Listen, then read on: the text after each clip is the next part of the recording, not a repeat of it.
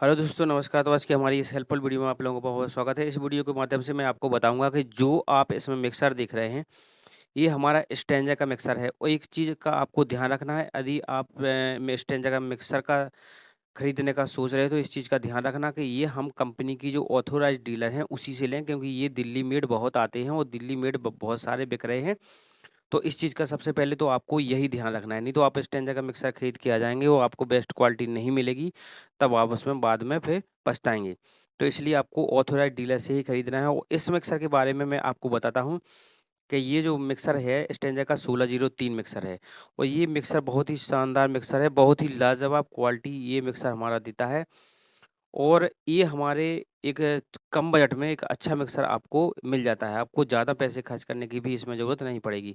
ये लगभग 14-15 हज़ार रुपए में पहले मिक्सर आता था, आज इसका जो दूसरा वर्ज़न आ रहा है एसएक्सआर 16 चैनल का आता है, 12 चैनल का आता है, तो ये भी आप मिक्सर खरीद सकते हैं। ये लगभग 18,000 रुपए में जो नए मिक्सर हैं, वो आपको 18,000 रुपए तक में 16 माइक का मिक्सर आपको मिल जाता है। तो बहुत ही अच्छा इसका रेट भी है, बहुत अच्छा परफॉर्मेंस भी है इसका।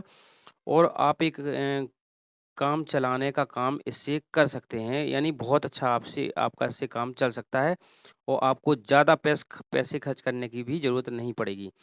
तो इससे आप बहुत ही शानदार लाइव कार्यक्रम कर सकते हैं।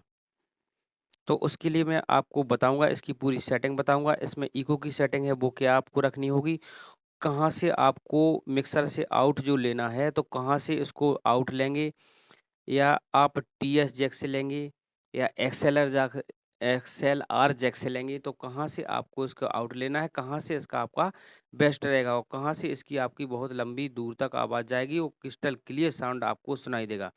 तो बने रहिए वीडियो पे, मैं पूरा आपको सारी चीज़ बताने वाला हूँ। तो जो मिक्सर आप देख रहे हैं SM1603E, ये हमारा पुराने मॉडल का मिक्सर है। तो ये मिक्सर बहुत ही अच्छा है, बहुत ही शानदार इसकी क्वालिटी है, इसको आप चला सकते हैं, बहुत ही बेस्ट तरीके से आपका सिस्टम ये चलेगा। तो सबसे पहले हम देख लेते हैं इसकी इको की सेटिंग। तो इको में आपको वॉल्यूम में इसमें दिखाई दे रहे होंगे कि मैंने वॉल्यूम को कैसे सेट किया है। तो आप इसमें सीधा देख लीजिए, वॉल्यूम को समझ लीजिए कहाँ पे कौन वॉल्यूम है। तो यहीं पे आप देख के इस टाइप से आप सेटिंग करेंगे कि मैंने कितने-कितने पे रखा हुआ है, क्योंकि इस पे नंबर नहीं होते हैं, तो फिक्स नंबर नहीं बता सकते हैं। तो आप देख लीजिए किस पॉइंट से कहाँ पे देख लीजिए कहाँ पे कौन वॉल्यूम है, यहाँ से आप बिल्कुल इस तरह से आप सेट करके चलाएँगे, तो आप इसमें सिंगिंग ही करते रहिए या भागवताचार्य कोई ज़्यादा जिसको ज़्यादा इको चाहिए होता है, तो ये ज़्यादा है, तो थोड़ी जगह के हिसाब से आप 19-20 भी कर सकते हैं। जैसे आप बंद प्लेस में कहीं होता है, तो इको की सेटिंग को थोड़ा चेंज करना पड़ता है। बाहर जब ओपन प्लेस में लगा होता है, तो इको की सेटिंग कुछ और होती है। तो थोड़ा बहुत हमको 19-20 यानी थोड़ा बहुत कम या ज़्यादा हमको इसको सेट करना पड़ता है। ये नहीं होता है कि परफेक्ट यही सेटिंग है, तो हर जगह यही सेटिंग करके आप बैठ जाएँगे तो आपका चलेगा। क्योंकि बंद जगह पे कहीं पे आप लगा देंगे, तो ये सेटिंग आपकी फिर काम नहीं करेगी। यानी थोड़ा आपको 19-20 अपने हिसाब से भी कर लेना पड़ेगा। तो इसमें मिक्सर में मैं एक चीज़ और आपको मेन बताऊँगा कि जैसे जो आउट आप लेते हैं, तो मिक्सर से आप टीएस जैक से आउट ले रहे हैं या आप एक्सएलआर से आउट ले रहे हैं, तो मैं उसके बारे में बताऊँगा, तो वीडियो पे पूरा बना रहिए। मैं आपको बताता हूँ पहले माइक की सेटिंग, इसके बाद में बताऊँगा मैं आपको वो वाली सेटिंग। तो देखिए माइक जो सेटिंग है, तो माइक की आप सेटिंग जानते हैं सभी लोग। सबसे पहले इसमें जो हमारा होता है वो गेन होता है। तो सभी मिक्सर में सबसे पहले गेन होता है, तो गेन आपको 4 या 5 से आगे कभी रखना ही नहीं है। यदि आप 4-5 से आगे यदि रख देते हैं, तो सिग्नल हमारा फेड होने लगता है और हमको जो आवाज़ है, आवाज़ में डिस्टॉर्शन सुनाई देगा, क्लियर साउंड क्वालिटी नहीं मिलेगी और जो हमारी आवाज़ है वो स्पीकर की या हॉर्न की ये दबेगी। तो इस चीज़ का हमें ध्यान रखना है, हमारी लंबी आवाज़ नहीं जाएगी।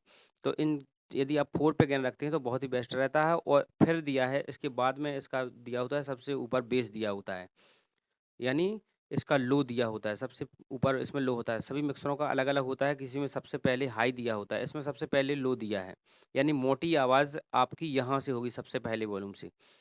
तो इसको आपको जितनी भी ज़रूरत होती है उतनी कर लेते हैं। इसके बाद दिया है मिड, तो मिड आप 4, 5, 6 तक भी आप मिड को ले जा सकते हैं इसमें, तो बेस्ट है। इसमें 4 पे ही मिड यदि रख देंगे तो आपको वो अच्छा मिड मिलता है, तो इससे आगे आपको करने की ज़रूरत नहीं है, नहीं तो आपको विसिल आने के चांस भी इसमें बढ़ जाते हैं।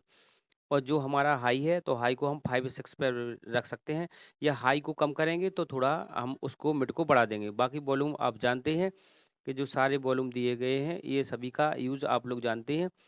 तो इस तरह से आप इसकी सेटिंग करके और चलाएँगे तो बहुत ही बेस्ट साउंड क्वालिटी आपको मिलेगी, वो बहुत ही लाजवाब आपको साउंड क्वालिटी मिलेगी। तो इसके बाद में आप देख लेते हैं आगे। जो मैंने आपको बताया है कि मैं अब आपको बताता हूँ कि आपको कहाँ से टीएस जैक से लेना है या एक्सएलआर जैक से आपको आउटपुट लेनी है। तो इसके बारे में मैं आपको पूरा डिटेल बताने वाला हूँ, तो बने रहिए वीडियो पे। तो कहाँ पे आपको बेस्ट क्वालिटी और कहाँ पे आप एम्पलीफायर में कनेक्ट करेंगे, तो ये चीज़ जानना आपके लिए बहुत ही ज़रूरी है। इसलिए वीडियो को स्किप नहीं करना है। तो सबसे पहले हम देख लेते हैं जो हमारे फेडर वगैरह इसके होते हैं। तो लेफ्ट राइट फेडर इसका होता है और इस मोनो का भी इसमें फेडर होता है और इन सभी का इनपुट भी वो उसमें दिया होता है जहाँ से हम आउट ले सकते हैं। तो वहाँ पे आप जाएँगे और आपको कौन से में जिसमें भी आपने दिया है, यानी लेफ्ट में दिया है तो लेफ्ट फेडर को ऊपर करेंगे, और यदि राइट में दिया है आपने तो राइट को भी आप ऊपर करेंगे। यदि मोनो से आप चला रहे हैं तो मोनो को भी आप ऊपर करेंगे। ये 3 फेडर यहाँ पे इसमें दिए जाते हैं और यहाँ पे आप हेडफ़ोन के लिए भी इस मिक्सर में व्यवस्था है और रिकॉर्डिंग के लिए भी इसमें व्यवस्था है। आप रिकॉर्डिंग भी कर सकते हैं। तो इस तरह से मैं आपको चल के ऊपर बताता हूँ मिक्सर पे कि मिक्सर पे ऊपर आपको कहाँ पे कैसे लगाना है। लेफ्ट राइट जहाँ पे हमारा साउंड आउट होता है या मोनो से आउट होता है, तो कहाँ पे लगाना चाहिए, आपको टीआरएस जैक का इस्तेमाल करना चाहिए।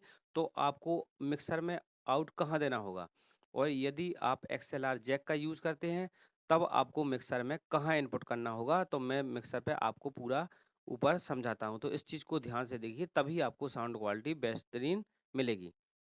तो इसमें मैं आपको दिखाता हूँ ऊपर, देख लीजिए यहाँ पे, देख लीजिए यहाँ पे लिखा है मोनो आउट। तो यदि आप मोनो में से किसी एम्पलीफायर को चला रहे हैं तो यहाँ से आप मोनो आउट ले सकते हैं, यानी यहाँ से आपका मोनो का आपका जो फेडर है वो अलग है।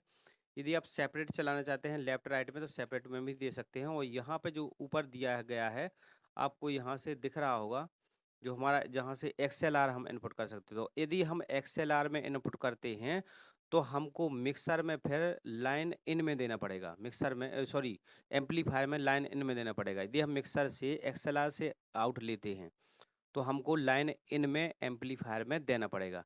और यदि हम टीएस जैक से आउट लेते हैं, जो टीएस जैक आपको लगे दिखाई दे रहे हैं, यदि हम इसको टीएस जैक से आउट ले रहे हैं तब हम इसको एम्पलीफायर के ऑक्स 1 या ऑक्स 2 में यूज करेंगे।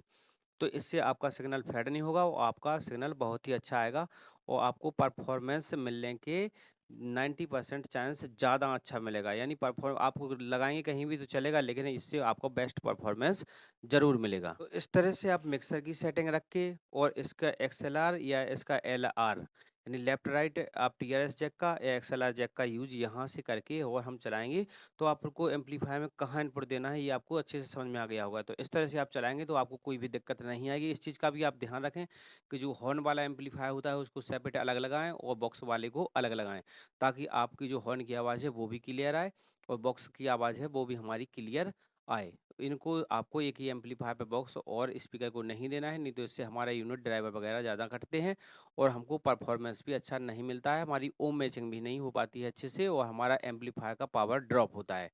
तो इस चीज़ का भी हमको ध्यान रखना बहुत ही ज़रूरी होता है।